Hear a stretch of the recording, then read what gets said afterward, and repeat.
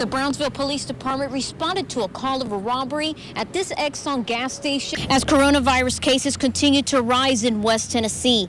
Henderson County Mayor Eddie Bray says it's time to do a thorough cleaning right here at the Henderson County Courthouse to remove any viruses or germs that may have been left behind by visitors. Nowadays, you just can't go anywhere without a mask, so masks just like these will be given out right here at the First Presbyterian Church on North Highland Avenue in Jackson.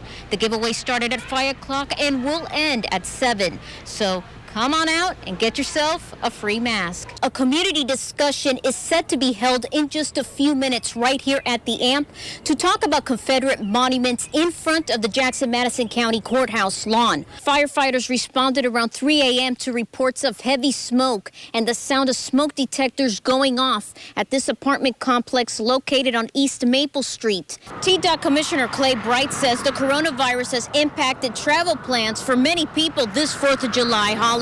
Fewer drivers will be traveling through Tennessee, and lane closures will be in place to make it a little safer and help you get to where you want to go safely. The fire started around 4 o'clock in the morning over the weekend, and as you can see, this is what's left of what used to be a repair shop. The West Tennessee community is coming together to let their voices be heard. And as you can see behind me, protesters are gathered in front of City Hall for a peaceful protest. The Jackson Police Department has confirmed that Cassie Taylor has been safely located. A post was made on social media that she had been kidnapped and held hostage. Shoppers in the columns are getting a jump start on their holiday shopping. The stores are packed and they say they're ready to get those unbeatable deals.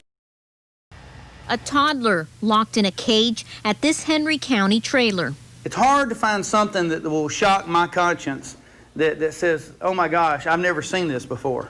The toddler's mother, 42-year-old Heather Scarbo, was arrested along with the child's stepfather, 46-year-old T.J. Brown, and 82-year-old Charles Brown. The looks of the kennel, you could tell the child stays in there a lot. So we announced our presence and entered the trailer. As we entered the trailer, you could see a lot of things going on inside the trailer. Not only are they facing charges of child neglect, Henry County Sheriff deputies found more than 700 animals in and around their trailer, including dogs, snakes, mice, and chickens living in poor conditions. Thousands of cockroaches, maggots. Kitchen is unlivable. There's more. The investigation went on. We discovered the subject did have an outdoor marijuana grow there as well. We wound up seizing 127 marijuana plants. We also seized 17 guns from the premises as well. Investigators say the charges range from child abuse, animal abuse, weapons, and more. The truth is, we never really know what our neighbors next door are doing. And it's important that this serve as a warning and a reminder to everyone to keep an eye out.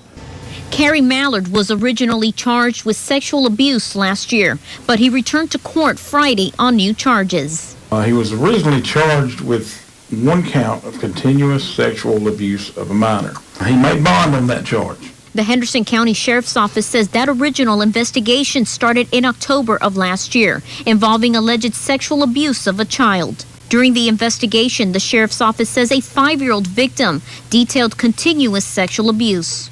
Initially, investigators say Mallard denied the allegations, but later admitted to some of the accusations, and he was charged with one count of continuous sexual abuse of a minor. Later, additional victims came forward, according to the Sheriff's Office. Because Mallard's home was considered a daycare, the investigation continued. Mallard was arrested on the sealed indictments on June 2nd and arraigned in circuit court at the Henderson County Criminal Justice Center on June 5th. We'll have court again. He will have an appearance date, and then they'll have another court date set after that for trial.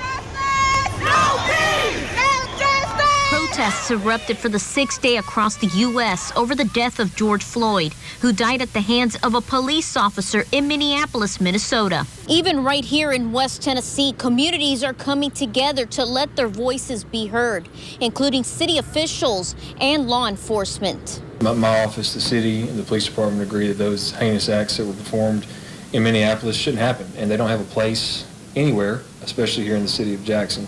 And I think it's important for us to let people know, those that are protesting, that we stand with them, that they will not be tolerated in the city of Jackson. Saturday, protesters gathered in front of Jackson City Hall for a peaceful demonstration. And on Sunday, they all gathered at Old Hickory Mall and in front of the Madison County Courthouse.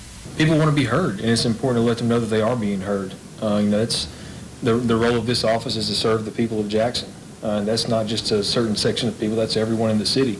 Local law enforcement paid their respects and tribute to Floyd with a prayer at the end of Sunday night's protest at the courthouse. It's important to let people know that their voice is being heard by those that have the ability to make decisions.